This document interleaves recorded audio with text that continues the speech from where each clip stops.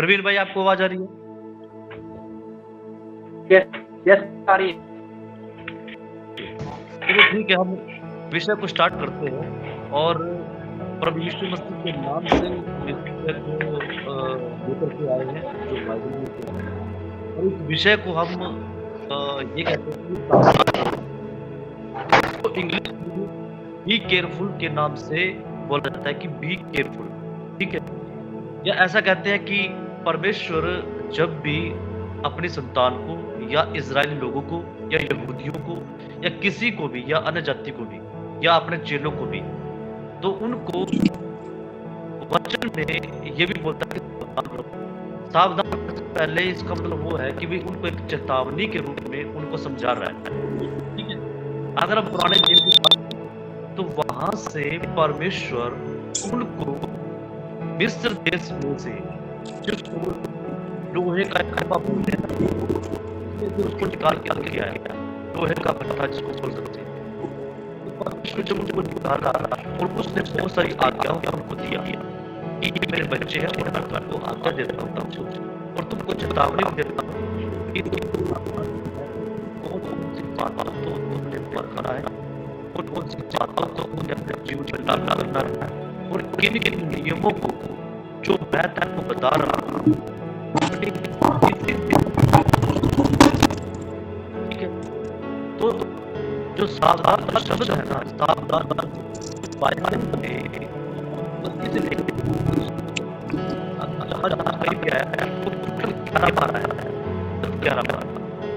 ठीक है। जैसे कि मैं बताऊँ आपको, व्यवस्था विवरण 4 का 23 में आया है, 11 का 16 में आया है, तो दूसरा शैम्पुल का 13 का 28 में आया है, यशायाह का 11 का 21 में, फिर मत्ती में, फिर पैसा फिर इब्रानियों में, इब्रानियों तक हमको ये चीज मिलता है, ठीक है।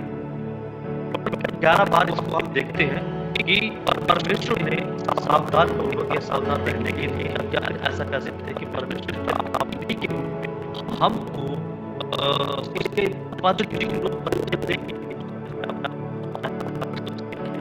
ठीक है।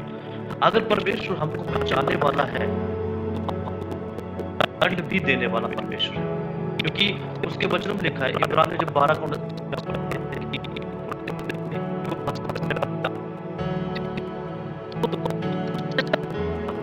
सबसे पहला पॉइंट मेरा ये है सावधान रहने में कि सावधान रहना किससे है, इस चीज से हम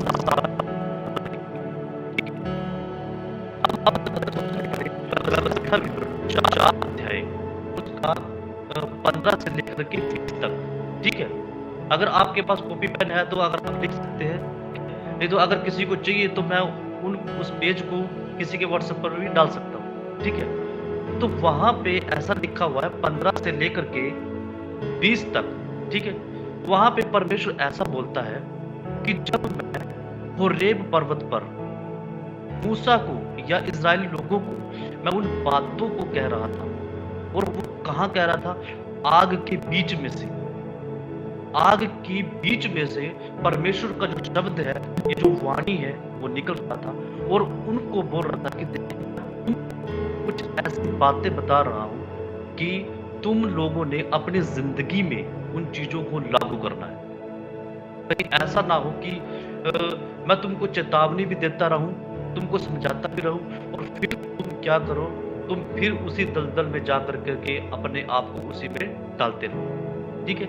लेकिन वहां पे जब हम पढ़ते हैं तो वहां पे परमेश्वर ने सबसे पहली बात ये बोली है 15 वचन में, वो कहता है कि जब तुमने आग मेरे से मेरे शब्द को सुना तो वहां पे तुम लोगों ने कोई रूप या किसी व्यक्ति को नहीं देखा, ठीक है। और आज तक भी बाइबल प्रमाणित करती है कि हम परमेश्वर को कभी भी नहीं देख सकते, ठीक है, राइट है, ठीक है। तो परमेश्वर हमको महसूस कराता है किसी तरीके से, वचन के माध्यम से, ठीक है। अपनी उपस्थिति को वो अपने तरीके से चाहे कैसे भी दिखा सकता है, लेकिन हम ये नहीं कह सकते कि परमेश्वर कोई व्यक्ति है या कोई रूप है, ठीक है। तो 15 से 20 तक कुछ नाम लिए हैं प्रभु ने, परमेश्वर ने, कि उनमें क्या क्या है। सबसे पहला वो कहता है कि कोई रूप है, वहां पे कोई व्यक्ति है, स्त्री है, पशु है, पक्षी है, जीव है, जंतु है, या फिर मछली है, सूर्य, चंद्रमा, तारागण। परमेश्वर सीधा इनको कहता है कि भी तुम इनकी उपासना मत करना। उसका मतलब ये है कि इन सब की सेवा मत करना, क्योंकि तुमको मिस्र देश में से, जिसको बोलते हैं लोहे का एक भट्ठा बोलते हैं उसको, ठीक है। अगर आप पढ़ना चाहते हैं तो ये आपको मिल जाएगा व्यवस्था 15 का 20 शायद 20 में ये, जिसको लिखा है कि लोहे का भट्ठा, ठीक है।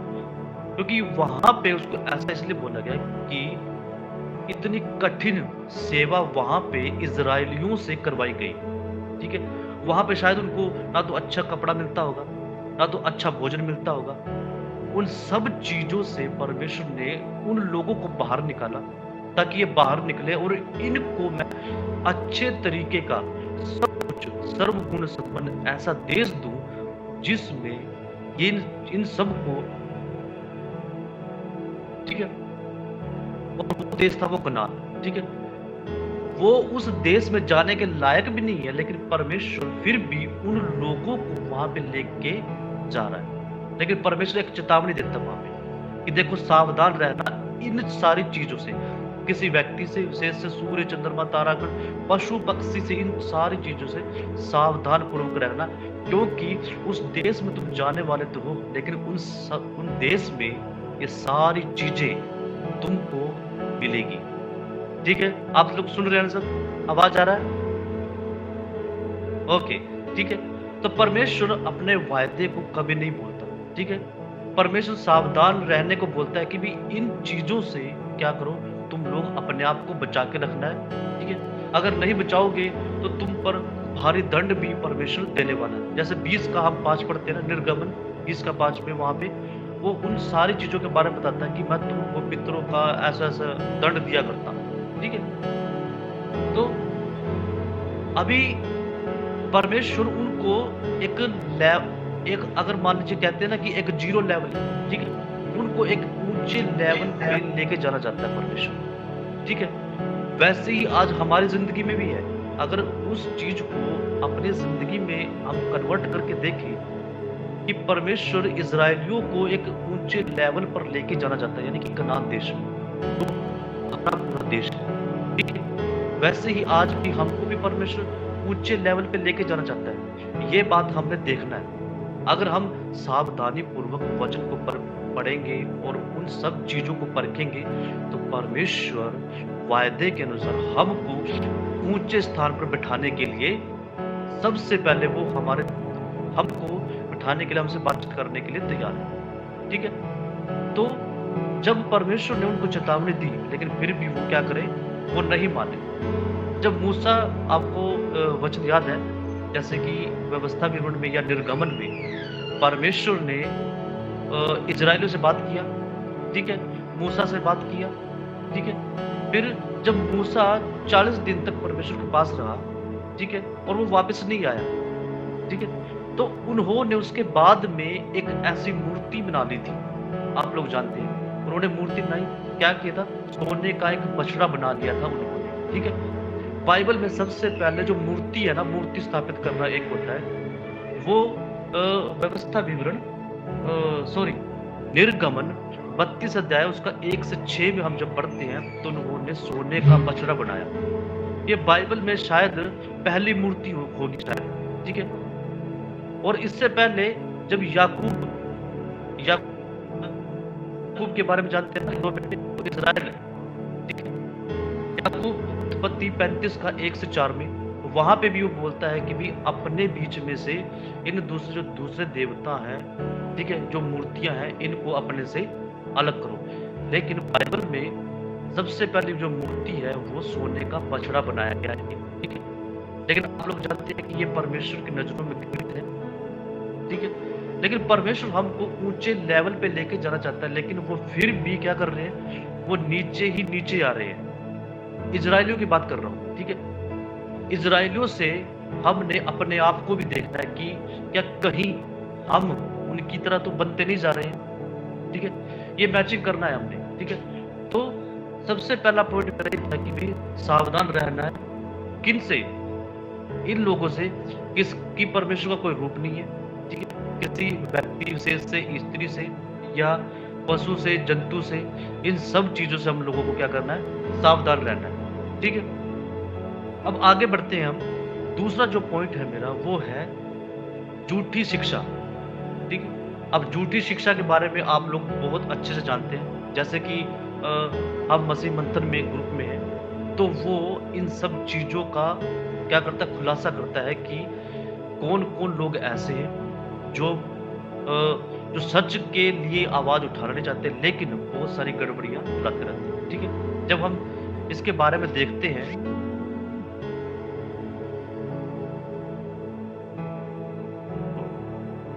माफ़ी चाहता हूँ, वो फ़ोन आ गया था बीच में, तो मैं कंटिन्यू करता हूँ, ठीक है। दूसरा है सावधान रहना है जो है झूठी शिक्षाओं से, ठीक है। मत्ती 7 का 15 जब हम पढ़ते हैं, वहाँ पे लिखा है झूठे शिक्षक या झूठे भविष्यवक्ता, ठीक है। और 16 का 16 में, मत्ती 16 का 16 में हम जब पढ़ते हैं, तो शास्त्री और फरीसी और सदूकी लोग, ठीक है, उनके बारे में ये बताया गया। जब मत्ती आप 23 अध्याय पढ़ोगे, तो उसमें टोटल ये जो शास्त्री है, फरीसी है, सदूकी है, या कोई भी है, ठीक है, जो अपने आप को ऊंचे-ऊंचे लेवल के जो महापुरुष समझते थे, उनके बारे में पूरा पूरा डाटा या पूरा डिटेल दिया है। वहाँ पे लिखा कि हे कपटियों सावधान रहो, हे शास्त्रियों कपटियों सावधान रहो, ठीक है। वहाँ पे प्रभु ने उनका पूरा डाटा दिया गया है कि भाई ये लोग कैसे-कैसे हैं, उनका चरित्र कैसा है, उनका पहनावा कैसा है और वे कैसा-कैसा पद चाहते हैं ऊंचे-ऊंचे लेवल, ठीक है। तो वहाँ पे एक शब्द आया, मैं पढ़ना चाहे तो, क्योंकि देखिए जिस हिसाब से हमारे पास टाइमिंग होता है, तो मैं उस हिसाब से अपनी लिमिट रखूंगा, ठीक है। तो वहाँ पे ऐसा लिखा है, जब 16 का मत्ती 16 का 6 में हम ऐसा पढ़ते हैं, वहाँ पे ऐसा लिखा होगा कि शास्त्री और फरीसी सदूकी लोगों का खमीर, वहाँ पे एक शब्द आएगा खमीर, ठीक है। अभी उस खमीर जो शब्द है उसका अर्थ क्या है, बहुत सारे लोग नहीं जानते उस चीज के अर्थ को, ठीक है। लेकिन उसका अर्थ मैं आपको बताना चाहता हूँ कि उसका अर्थ होता है बुराई व भ्रष्टाचार का ये प्रतीक है, ठीक है, जो शास्त्री और फरीसी लोगों के बीच में ये काम करता था, ठीक है। क्योंकि वो व्यवस्था के अनुसार तो ये बोलते थे कि व्यवस्था के अनुसार ये है, ये है, ये है, ये है, लेकिन वो खुद ही व्यवस्था पे वो नहीं चलते थे, ठीक है। उन्होंने लोगों को तो समझाया कि व्यवस्था ये है, व्यवस्था ये है, व्यवस्था ये है, लेकिन वे खुद आप उस व्यवस्था पे नहीं चले कभी, ठीक है। अब इस अध्याय में, ये जो 23 अध्याय है ना, मत्ती का 23 अध्याय, ठीक है, उसमें अगर आप देखोगे, नोट करोगे, तो उसमें से आपको एक चीज जांचना है कि जो शास्त्री है, फरीसी है, आज की डेट में, आज की तारीख में ये लोग कौन है? क्या वो पास्टर हो सकता है? क्या वो प्रचारक हो सकता है? कोई बिशप हो सकता है, इवेंजलिस्ट, वर्शिपर, और भी पता नहीं कौन कौन है, ठीक है। हमने इन चीजों को परखना है कि ये लोग कौन है, क्या ये व्यवस्था को मानने वाले हैं, क्या ये प्रभु यीशु मसीह की शिक्षा को जानने वाले हैं, ठीक है। अगर नहीं जानते उस चीज को और दिखावा कर रहे हैं, तो आप उन लोगों से सावधान रहना, झूठी शिक्षाओं के लोगों से आप लोगों ने सावधान रहना, ठीक है। इसमें सबसे जो अच्छा वचन वो है मत्ती 7 का 15 में और मत्ती 16 का 6 में है। वहां से आपको बहुत तरीके से क्लियर होगा। और जो 23 अध्याय है मत्ती का, वहां पे आपको बहुत सारा डाटा इन सब का मिल जाएगा, ठीक है। अगर आप लोग इनको जांचोगे, परखोगे, तो इनमें 3 चीजें मिलेगी आप लोगों को। सबसे पहली चीज ये मिलेगी कि ये लोग लोकप्रिय होंगे, जैसे वो शास्त्री फरीसी होते थे ना, लोकप्रिय, वो अच्छे कपड़े पहनते थे, सर पे अच्छा टोप भी पहनते होंगे, या गले में कुछ कंठमालाएं या वगैरह वगैरह कुछ, या हाथों में ऐसे अंगूठी पहनते होंगे, ठीक है। आज की डेट में ये लोग, उस टाइम पे वो लोग थे लोकप्रिय, और आज की डेट में लोकप्रिय लोग कौन है, ये आप लोगों ने जांचना है, ठीक है। इसमें लोकप्रिय जो लोग होते हैं ना, जिनको लोग कहते हैं पापा है हमारा, है ना, और कुछ लोग ये भी कहते हैं कि भाई ये तो हमारा पास्टर है और हम तो इसी के साथ चलेंगे, इसी के साथ चलेंगे हम तो, ठीक है, और इसी को ही पापा बोलेंगे और ये तो हमारा स्पिरिचुअल फादर है, ठीक है। वो ऐसा लोग कहते हैं ना, तो ये लोकप्रिय लोग कौन होते हैं? आप लोगों ने इनको परखना है और इनसे सावधान रहना है, ठीक है। अगर मैं ये बातें कर रहा हूँ ना, तो आपको माइंड में कुछ लोग आ गए होंगे कि ये लोग कौन है, आज की डेट में कौन है, ठीक है। वो चाहे कितना भी बड़ा नाम हो, कितना भी बड़ा नाम हो, चाहे वो ऊंचा हो, चाहे वो किसी भी लेवल का हो, ये चीज आप अपने पर रखना है। दूसरी चीज इसमें समझाऊंगा, वो महत्वपूर्ण होगी, ठीक है। लोग उनको महत्वपूर्ण इसलिए समझेंगे कि वो लोग क्या करेंगे, वो बहुत देर तक प्रचार करते रहेंगे शायद, ठीक है। और कुछ लोग ऐसे होंगे प्रभु की महिमा को चोरी करने वाले लोग भी वही सोचते हैं, ठीक है। और तीसरा पॉइंट ये है इसमें, वो लोग अपना आपको अपनी तरफ आकर्षित करने वाले नहीं होंगे। वो कैसे करते होंगे, ये आप अच्छे तरीके से जान सकते हैं। शायद अच्छा कपड़ा पहनते होंगे और ऊंचे जोर से माइक में जोर से बोलते होंगे, ठीक है। और हजारों की तादाद भीड़ के आगे वे लोग क्या कहते होंगे कि प्रभु यीशु से तुमको आदेश देगा, तुमको आज्ञा करेगा, ये है वो है, तुमको आज बराबर करूंगा, तुम गिर जाओगे, ये हो जाएगा, वो हो जाएगा, पता नहीं क्या क्या। आज की डेट में क्या आप लोग उन चीजों को परख कर उनसे सावधान रहना है। वो आप चमकीले कपड़े पहन कर, लंबा काले पहन के, लाल नीला पता नहीं क्या क्या कर आप लोगों के सामने आएंगे, आपको भरमा भी सकते हैं। लेकिन आपके पास परमेश्वर ने पवित्र शास्त्र दिया है, आप उसमें से उनको जांच सकते हो और उनसे सावधान रह सकते हो, और दूसरों को भी आप सावधान करने के लिए बोल सकते हो कि परमेश्वर के वचन में तो ऐसा लिखा है, लेकिन ये लोग इतनी भीड़ को लेकर के ये कैसा संदेश दे रहे हैं, ये क्या सुसमाचार बांट रहे हैं, ये कैसी प्रार्थना कर रहे हैं, ठीक है। ये बहुत जरूरी है हमारे लिए।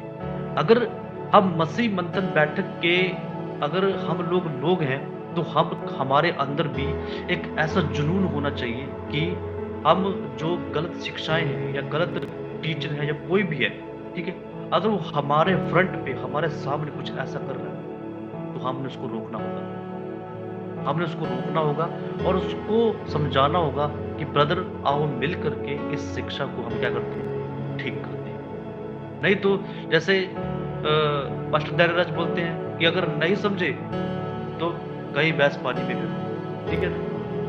ऐसे बहुत सारे चीजें हैं जो हम कह सकते हैं, लेकिन ये है कि हमने खुद बाइबल से ढूंढना है।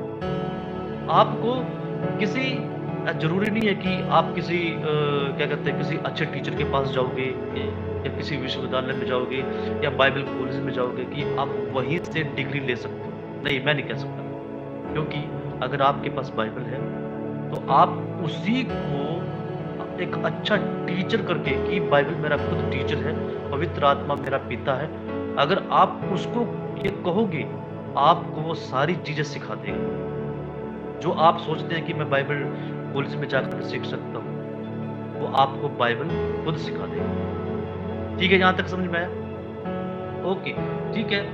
अगर क्या कहते हैं, इसमें मैं एक और बात कहना चाहता हूँ आपको कि बहुत सारे लोग ऐसे भी होते हैं जो देर तक ऑनलाइन प्रचार करते हैं, देर तक उपवास प्रार्थना में बैठे रहते हैं, ठीक है, और अन्य भाषा को तो आप लोगों को पता ही है, ठीक है। बहुत सारे लोग क्या करते हैं कि ऑनलाइनिंग ऐसे हाथ करके ना, ऐसे हाथ करके, ठीक है, ऐसे हाथ करके बैठे रहते हैं, ठीक है। आप लोगों ने देखा होगा, आपके फेसबुक पे भी आया होगा, ठीक है, ठीक है।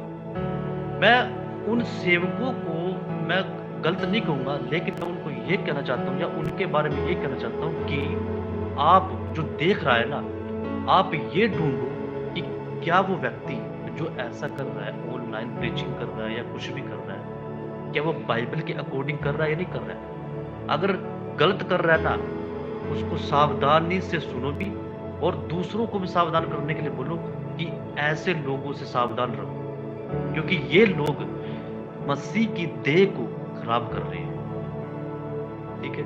क्योंकि मसीह की देह में आज बहुत गड़बड़ी हो रही है। अगर इनको हमने नहीं पहचाना तो हम भी पागलों की तरह या मूर्खों की तरह या अंधों की तरह इनके पीछे चलेंगे। अगर हमने बाइबल को ठीक ढंग से नहीं पढ़ा तब, ठीक है? क्योंकि वो लोग, अगर मैं उन लोगों से एग्री करता हूँ या सहमत होता हूँ जो लोग बाइबल के अकॉर्डिंग प्रचार करते हैं ऑनलाइन, ठीक है? क्योंकि बहुत सारे लोगों का ये प्लेटफॉर्म है कि जैसे फेसबुक हो गया, यूट्यूब हो गया या कुछ भी हो गया, वो लोग बाइबल का प्रचार इनके माध्यम से करते हैं, ठीक है? लेकिन बहुत सारे ऐसे लोग हैं जो क्या करते हैं, ऑनलाइन आते हैं और ऐसे करते हैं कि भी प्रभु मैं इनको देख रहा हूँ, ये चंगे हो रहे हैं, ये ठीक हो जाएंगे, ये अभी हो जाएंगे, ये हो जाएंगे। वो सिर्फ अकेला बैठा होता है, उनको कौन देख रहा होता है? उनके सामने कौन होता है? या उनके सामने कौन लंगड़ा व्यक्ति बैठा होता है या कोई बीमार व्यक्ति बैठा होता है, और उनको पूछो कि आपकी प्रार्थना से जब मैंने देखा मुझे तो कुछ भी नहीं हो रहा था और मैं तो ठीक, और मैं कैसे ठीक हो गया भाई? इन लोगों को पूछना चाहिए और उनको डायरेक्टली ये पूछना चाहिए, भैया आप कॉल करो या आप नंबर दो, मैं आपसे पूछना चाहता हूँ कि ये जो आप शिक्षा लेके आए हो ये क्या बाइबल के अकॉर्डिंग है या नहीं है? अगर बाइबल के अकॉर्डिंग नहीं है तो बिल्कुल मुंह बंद करो आप, क्योंकि अगर नहीं करोगे तो आपकी वजह से बहुत सारे लोग अंधेरे में जाएंगे। और शास्त्री फरीसी भी ऐसा ही करते थे, व्यवस्था तो खुद मानते नहीं थे, बाइबल का पालन खुद नहीं करते थे, लेकिन लोगों को सिखाते थे कि देखो 10 मांस देना है, ये बलि देना है, ये करना है, वो करना है। आज के प्रीचर भी ऐसे ही हैं, चाहे वो प्रचारक हो, चाहे वो अपोस्टल हो, बिशप हो, रेवरेंड हो, वर्शिपर हो, इवेंजलिस्ट हो, कोई भी हो, वो सब भी ऐसा ही करते हैं। लेकिन आप लोगों ने परखना है कि वो बाइबल के अकॉर्डिंग आशीष दे रहा है आपको, या मिरेकल कर रहा है, मुर्दों को जिला रहा है, या वो कौन कर रहा है, ठीक है? आप लोगों को पता है कि बाइबल में हमको 2 यीशु मिलते हैं, 2 आत्मा मिलती है और 2 ही शिक्षा मिलती है, ठीक है? ओके, मैं एक उदाहरण के रूप में आपको बताना चाहता हूँ कि बाइबल में से ही, अगर यिर्मयाह की किताब में आपने पढ़ा होगा 28 अध्याय, उसमें एक नबी था जिसका नाम हनन्याह था, ठीक है? अगर आपने नहीं पढ़ा तो मैं रिक्वेस्ट करूंगा आप सब लोगों से, आप लोगों ने उसको एक बार पढ़ना है। उसमें 17 वचन है, 17 वचनों में आप लोगों को परखने के लिए और सावधान रहने के लिए बहुत अच्छा एक एग्जाम्पल मिलेगा। सिदकिय्याह के राजा की इस टाइम की घटना है, शायद प्रभु के 600 साल पहले की ये बात है, जब वो बंदवान में जाने से पहले की बात है, ठीक है? यिर्मयाह 25 अध्याय में ये भविष्यवाणी करता है कि 70 साल होंगे, 25 का 11 और 12 में ये भविष्यवाणी करता है कि 70 साल तक नबूकदनेस्सर के कब्जे में रहेंगे, और फिर 12 में कहता है कि मैं छुड़ा के लेके भी आऊंगा और उनको दंड भी दूंगा, ठीक है? लेकिन 28 अध्याय में जब सिदकिय्याह राजा होता है, उसके टाइम में एक हनन्याह नबी आता है जो ये कहता है प्रभु के मंदिर में, जहाँ यिर्मयाह भी था, लोग भी थे, याजक भी थे, राजा भी था, पूरी भीड़ थी। हनन्याह नबी ये बोलता है कि परमेश्वर यहोवा ने मुझसे बातें की और परमेश्वर यहोवा ने मुझको ये बोला कि 2 साल के भीतर, सिर्फ 2 साल के भीतर मैं बंदवाई में से उनको लेके आऊंगा, और जो भी नबूकदनेस्सर जो कुछ भी यहाँ से परमेश्वर के मंदिर में से कुछ भी उठा करके ले गया है, या बंदियों को ले गया है, लोगों को ले गया है, मैं उनको छुड़ा के ले आऊंगा।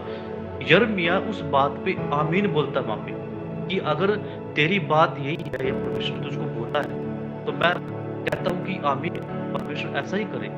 लेकिन अगर वहां से आगे बढ़ते हैं तो यिर्मयाह एक बात बोलता है वहां पे बहुत बढ़िया, वो कहता है कि हमसे पहले और तुझसे पहले, मतलब हनन्याह नबी से पहले, परमेश्वर ने कोई भी अच्छी भविष्यवाणी आज तक हमारे साथ तो नहीं की, लेकिन तू अच्छी भविष्यवाणी कर रहा है। मतलब इससे पहले वो युद्ध की बातें करता है, मरी की बातें करता है, ठीक है, कि भी युद्ध होंगे तुम्हारे बीच में, मरी आएगी, ये आएगा, वो आएगा, ठीक है, क्योंकि यिर्मयाह ने भी इन चीजों की घोषणा की है, भविष्यवाणी की है, ठीक है। दोनों की बातें होती है, वहां से वो चले जाते हैं। फिर क्या होता है, परमेश्वर यिर्मयाह के पास वचन लेके आता है और यिर्मयाह को बोलता है, देख, वो सीधा बोलता है उसको कि मैंने हनन्याह को नहीं भेजा, और मैं तुझसे बातें करके ये कहता हूं कि हनन्याह के पास अब जा मेरा वचन लेके। वो हनन्याह के पास जाता है और उसके मुंह पे सीधा बोलता है कि हे हनन्याह, तू झूठा है और तूने जो भविष्यवाणी की है ना, वो एकदम झूठी है। परमेश्वर ने तुझको नहीं भेजा। और 17 वचन में हम देखते हैं वो 2 महीने बाद उसकी डेथ हो जाती है। उसी अध्याय में वो आता है और उसी अध्याय में वो खत्म। अब वहां पे दो लोग हैं, एक झूठा भविष्यवक्ता, एक सच्चा भविष्यवक्ता। वहां पे आपको इस 28 अध्याय में बहुत अच्छी बात मिलेगी दूसरों को परखने के लिए, कि एक तो अच्छी भविष्यवाणी कर रहा है और एक बुरी बातों में हमको फंसाने के लिए तैयार है।